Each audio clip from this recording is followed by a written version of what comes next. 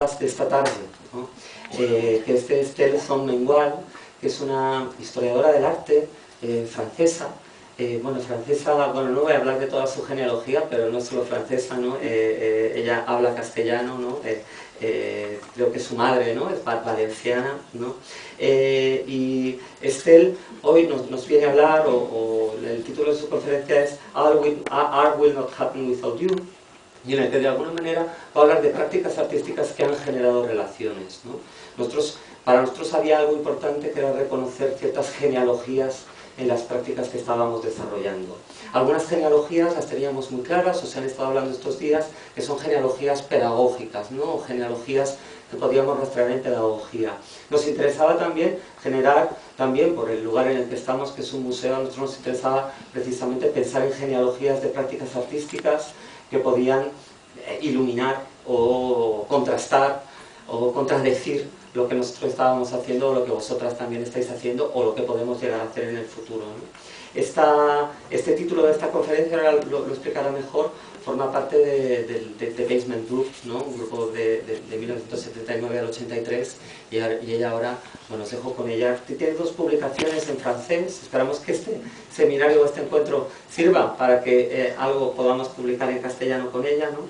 Es autora de L'Art en commun, réinventer les formes de collectivité dans le contexte démocratique, ¿no? Que es bueno, el arte en común, ¿no? Reinventar las formas de lo colectivo en el contexto democrático, y Esthétique de la rencontre, l'énigme de l'art contemporain, ¿no? Que es la estética del reencuentro y el enigma del arte contemporáneo, ¿no? Ambas, una en Presse du Réel y otra en Edición du Soleil. Sin más, Estelle, no sé dónde estás, no sé si podéis, estás allí, no sé si podéis subir, y os dejamos ya con ella. Muchísimas gracias.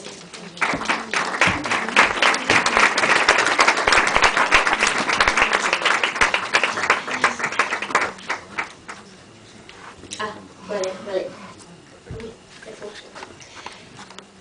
Sí, muy bien, gracias. Bueno,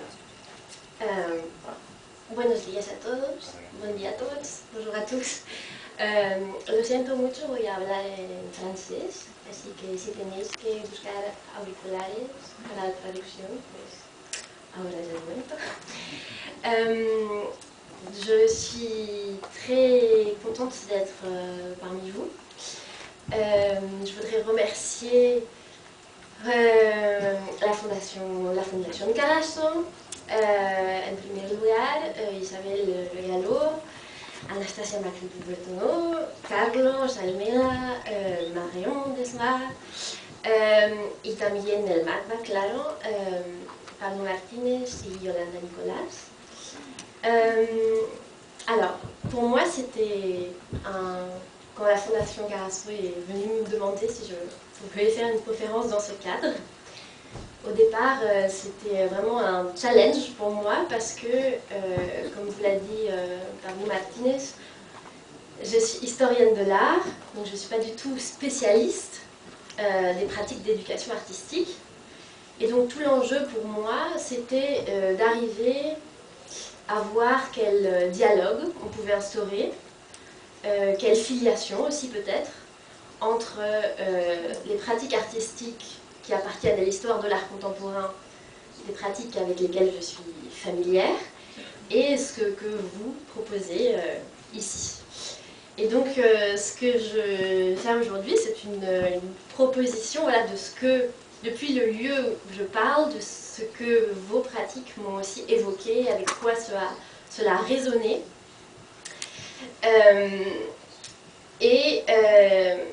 Quand j'ai commencé donc à réfléchir à comment je pouvais construire une sorte de commun entre une certaine histoire de l'art contemporain et les pratiques d'éducation artistique, j'ai été très vite frappée par le fait que il y avait, à mon sens, peut-être plus que des formes communes, même s'il y en a, on le verra, peut-être voilà, plus que des matériaux communs, il y avait aussi une sorte de problème commun, un problème au sens d'un enjeu qui anime tout aussi bien une certaine comment dirais-je, famille dans l'art contemporain et des praticiens d'éducation artistique. Voilà, donc ça c'était mon énigme. Comment je fais pour penser à partir du milieu? Est-ce qu'il y en a une? Donc c'est un peu ce que j'essaye de faire aujourd'hui. Et j'ai trouvé que peut-être ce problème commun possible, c'était que vous aviez tous les deux, enfin voilà, vous étiez animés par le fait de poser la question comment on crée une rencontre avec l'art. Alors évidemment, là quand je parle de rencontre, je n'en parle pas dans un, enfin comment dire, je parle dans un sens très particulier, qui n'est pas seulement dans le sens commun, quand on dit rencontre au sens de mise en présence de deux personnes, de deux objets, mais davantage de rencontres comme, on a créé avec un philosophe dans un des livres dont a parlé Pano Martinez, un concept qui est un concept que j'appelle la rencontre individuante, pour expliquer de quel type de rencontre, pour préciser de quel type de rencontre je parle. Alors, qu'est-ce que j'entends par rencontre individuante? Donc, même si le concept est nouveau, en fait, c'est quelque chose qui va vous être très familier très vite, parce que je pense que vous avez tous fait cette expérience-là, sinon vous ne feriez pas le métier que vous faites tous, qui est que un jour, même peut-être plusieurs fois, on a, comment dirais-je, on a lu un poème, on a écouté une musique, on a vu un tableau, on est passé dans une installation qui, tout d'un coup, est venue transformer quelque chose en nous, sans que l'on sache forcément sur le moment ce que ça venait transformer, et qui a lentement reconfiguré nos manières de sentir, de percevoir, de concevoir, d'agir. Et c'est ça que j'appelle une rencontre individuante. C'est une rencontre qui transforme notre trajectoire d'individuation, c'est-à-dire comment on se constitue. Et voilà, c'est une rencontre qui fait que tout d'un coup on sort de cette rencontre avec une œuvre comme un corps plus intelligent, plus sensible, qui a été transformé, enfin réagencé en fait presque. Il y a beaucoup d'exemples de ça, des rencontres individuantes. Je vais en parler ensuite. Je vais évoquer un artiste qui évoque une rencontre individuante avec une œuvre, avec l'art. Mais il y a aussi un exemple que j'aime bien parce que je trouve qu'il est très parlant. Pour illustrer justement ce que j'entends par rencontre individuante, c'est un passage d'Oscar Wilde, le penseur anglais, dans un livre qui s'appelle Le déclin du mensonge. Et il dit, il y a ce passage qui est très drôle quand on le lit, où il dit vraiment, il n'y a jamais eu autant de brouillard à Londres depuis que les impressionnistes l'ont peint. Et bien sûr, il y a deux lectures de cette phrase. Il y a la lecture d'Oscar Wilde, un peu dandy, qui s'amuse de paradoxes, etc.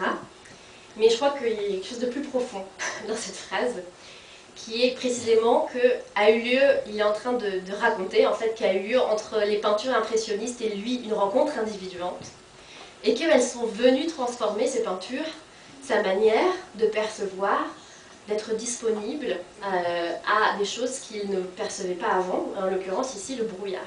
C'est précisément cet élargissement de la disponibilité et de la perception que j'essaie de pointer avec cette idée de rencontre individuante. Et qui